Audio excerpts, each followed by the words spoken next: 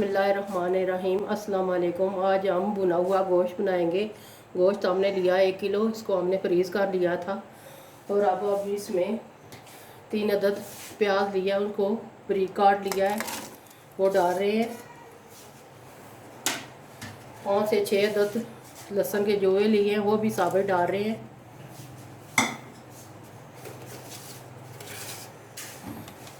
नमक 1 चम्मच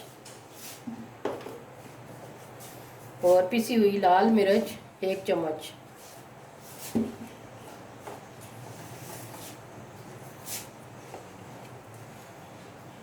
और हल्दी आधी चम्मच। अब हम इसके ऊपर ढक्कन रख देंगे। जब गोश्त अलग हो जाएगा तो फिर हम कुकर बंद करेंगे। 5 से 6 अदद हमने टमाटर लिए हैं, उनको अच्छी तरह धो लिया है।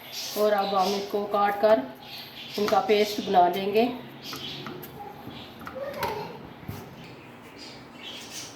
टमाटरों को हमने काट लिया है और साथ ही 3 अदद हरी मिर्चें ली हैं और अदरक, इसको भी बारीक काट लिया है। और इनका भी टमाटरों के साथ ही हम पेस्ट बना लेंगे। हल्का सा पानी डालेंगे।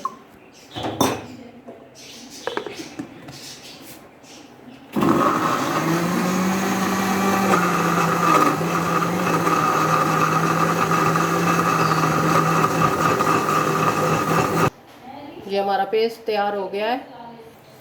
गोश्त हमारा आलादा हो गया है। अब हम कुकर बंद करेंगे और 20 मिनट के लिए गलने के लिए रख देंगे। 20 मिनट हमारे हो गए हैं। अब हम गोश्त चेक करेंगे।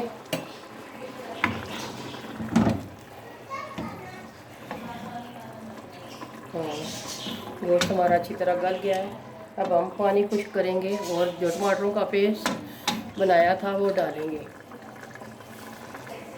जो हमने पेस्ट बनाया था टमाटरों का और हरी मिर्च और अदरक, ये सब हमने पेस्ट जो डाल दिया है। अब इसका पानी हम खुश्क करेंगे, फिर ऑयल डालकर भुनेंगे अच्छी तरह।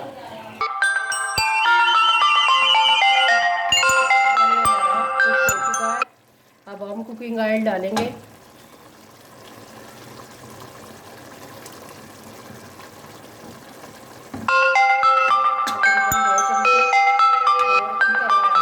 गोश्त को भुनेंगे। कुकिंग ऑयल हमने डाल दिया है। तकरीबन 15 से 20 मिनट के लिए हम गोश्त को अच्छी तरह भुनेंगे और फिर आपको डिश आउट करके दिखाएंगे।